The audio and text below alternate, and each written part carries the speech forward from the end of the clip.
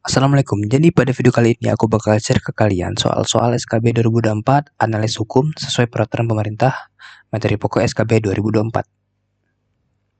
Oke, soal-soal ini udah sesuai ya sama kisi-kisi atau materi pokok yang dikeluarkan oleh Menteri Pendayaan Aparatur Negara pada tanggal 4 November 2024 kemarin.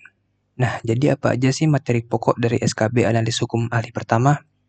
Oke, jadi untuk materi pokok yang sesuai peraturan itu ada dua ya. Yang pertama itu kemampuan umum dan juga kemampuan khusus. Untuk kemampuan umum ada 7 poin, bisa dilihat sendiri tentang peraturan hukum, hukum pidana perdata, hukum acara, tata negara, internasional, administrasi negara, dan juga hukum umum.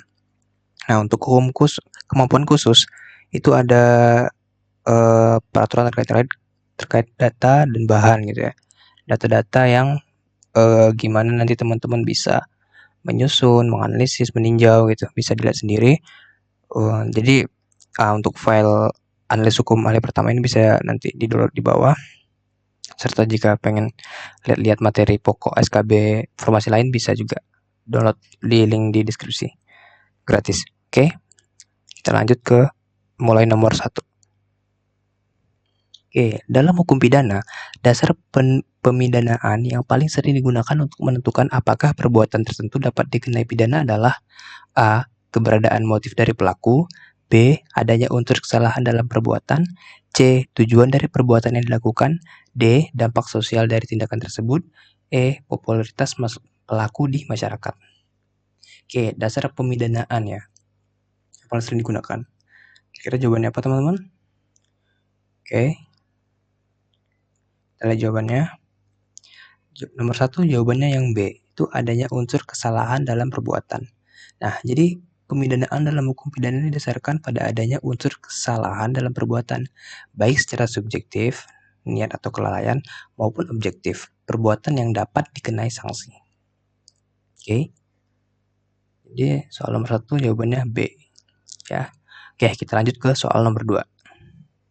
Oke, soal nomor 2. Dalam hukum perdata, jika terjadi pelanggaran kontrak oleh salah satu pihak, pihak yang dirugikan dapat meminta A. Pengembalian barang yang telah diserahkan, B. Pemulihan kondisi sebelum kontrak dibuat, C. Penghentian kontrak secara sepihak, D. Ganti rugi atas kerugian yang ditimbulkan, E. Perubahan syarat-syarat kontrak yang telah disepakati. Nah, jadi jawabannya agak-agak mirip ya, kayak agak mirip-mirip seperti TWK gitu ya, tapi versi hukum, jadi banyak harus hafal. Oke, jadi pihak yang dirugikan dapat meminta. Itulah jawabannya. Soal 2 jawabannya D, ganti rugi atas kerugian yang ditimbulkan. Nah, jadi dalam hukum perdata, pihak yang dirugikan berhak meminta ganti rugi atas kerugian yang timbul akibat pelanggaran kontrak, sesuai dengan ketentuan yang telah disepakati dalam kontrak atau hukum yang berlaku. Ya, paham ya teman-teman? Jadi soal nomor 2 jawabannya yang D. Oke, lanjut ke nomor 3. Dalam hukum acara, sebuah perkara dapat diajukan ke pengadilan jika memenuhi A. Bukti yang lengkap dan tidak terbantahkan, B. Kewenangan pengadilan untuk menangani jenis perkara tersebut, C. Adanya niat dari salah satu pihak untuk mengajukan gugatan, D. Alasan yang cukup kuat untuk memulai persidangan, E. Keberadaan saksi yang dapat memberikan keterangan. Oke, jadi yang memenuhi ya teman-teman, apa itu? Oke, kalau sudah jawaban nomor 3, kita lihat. Jawabannya yang B, kewenangan pengadilan untuk menangani jenis perkara tersebut. Jadi agar suatu perkara dapat diproses, harus ada kewenangan pengadilan untuk menangani jenis perkara tersebut, baik berdasarkan tempat, jenis perkara, maupun hukum yang berlaku.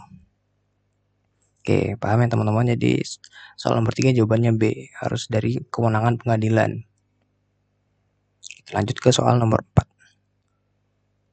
Nomor 4, dalam hukum tata negara, salah satu tugas utama lembaga legislatif adalah A. Melaksanakan kebijakan pemerintah, B. Memberikan sanksi administratif terhadap pejabat negara, C. Membuat, mengubah, dan membatalkan undang-undang, D. Menegakkan hak asasi manusia di tingkat negara, E. Mengawasi pelaksanaan anggaran negara.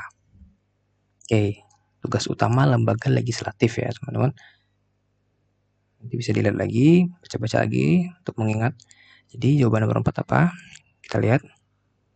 Jadi jawabannya yang C, membuat, mengubah, dan membatalkan undang-undang. Jadi lembaga legislatif bertugas untuk membuat, mengubah, dan membatalkan undang-undang yang mengatur berbagai aspek kehidupan bernegara. Oke, itu tugas legislatif ya teman-teman. Jadi soal nomor 4 jawabannya yang C. Lanjut. Soal nomor 5.